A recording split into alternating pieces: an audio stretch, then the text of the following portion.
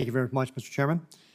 Mr. Jeffries, it was referenced about the $25 billion that the industry invests on an annual basis, or $250 billion over 10 years. Is that investment entirely in locomotives? No, it's throughout the network, the infrastructure, equipment, and et cetera. So what are some of the other things that you have to invest in to run a railroad? 140,000 miles of rail, ballast, ties, tunnels, bridges, And technology. So you say there's other infrastructure there, like let's just take the rails. That seems like it's a pretty big job to invest in the rails to try and keep it as safe as possible, right? I mean, I know the railroads invest in additional technology to try and find defects in the rails. Is that right? Absolutely, absolutely. And you have to replace parts of the rails all the time, right? Absolutely. There's core maintenance and there's CapEx expansion. Right. And so that's a significant part of that investment we're talking about. Is that fair? 100%. We're one of the most capitally intensive industries out there. And then same thing for the rolling stock, not just the locomotives, but you have to have the cars that go along with it. Is that right? Certainly, absolutely. And you're investing in new technology to try and make those safer all the time, again, looking for defects in wheels and things like that. And that all costs money as well. That's part of that investment, is that right? Of course, yes, absolutely. So it's not just into locomotives that you're investing in, is that? So that's fair. So it's just part of the overall mix of all the things that take. Part of the portfolio, absolutely. Right. And so when you're also talking, we also talked about the investment returns going on here.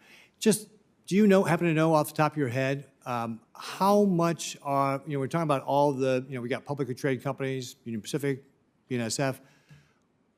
How much of that stock is in the hands of everyday Americans, through pension plans and 401ks and stuff like that? Do you know?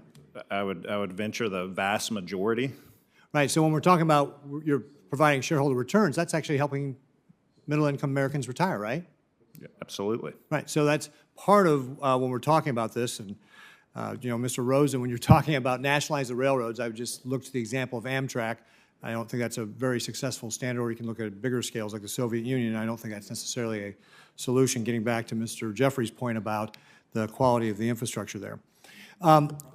Mr. Jeffries, also when we're talking about like this battery technology, to your knowledge, has anybody done the estimate of how much we will need to have, how many batteries we'll need to have if we were going to totally electrify, use all battery electric? I have not seen that. So nobody's looked to see how much lithium, cobalt, graphite, anything like that? I would say it's a substantial amount. There'd be a substantial amount. And do you know where those things are primarily mined and processed? Well, I know a lot of it comes from countries that may or may not have our best interests at heart.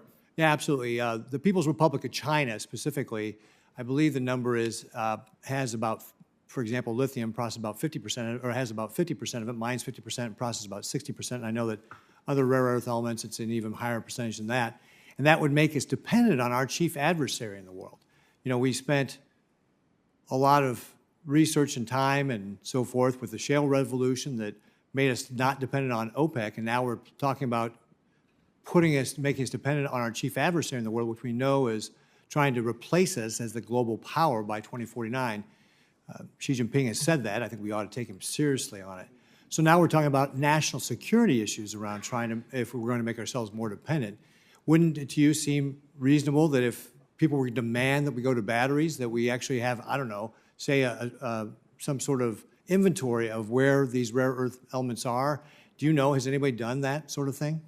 I don't, but I absolutely agree. And look, I support battery electric, let's be clear, but I also support opportunities to make sure we're acquiring necessary minerals and feedstocks from allies, if not domestically. We've got the strongest environmental laws of any country. We've got the safest worker protection laws of any country in the globe. And I don't understand why we wouldn't embrace the opportunity to get those resources from home or from allied countries or friendly countries. Yeah, and I just had a meeting today with the Clean Freight Coalition, which actually had many of your competitors / partners in it, talking about some of these standards. And one of the things that they relayed to me was that California actually has the oldest trucking fleet in the nation because of the standards that they are doing. So you may say that all the new trucks are going to be sold are going to be zero emission or whatever, but what that, at least in California in the trucking industry, is demonstrated according to the clean freight folks that I was talking to today, that they actually, then they don't buy the new ones. They actually keep the older ones running around because maybe for some of the reasons you talked about, you just can't buy enough of them. I know that talking to some of the other trucking companies, that it's not feasible right now to run long-haul trucks across the road using battery because there just isn't the ability to do the charging on it. So I think, again, your concerns are well-founded, that we think about how is this all going to happen, and if we do want to have a bigger overall plan to address these things, whether it's going to be through electrification or battery electric or whatever it's going to be, somebody actually has to think about this to say how feasible is this over what period of time before we drive regulations that are going to have unintended consequences, such as maybe what we're seeing here in California with the trucking industry. So with that, Chairman Markey, I yield back. Beautiful.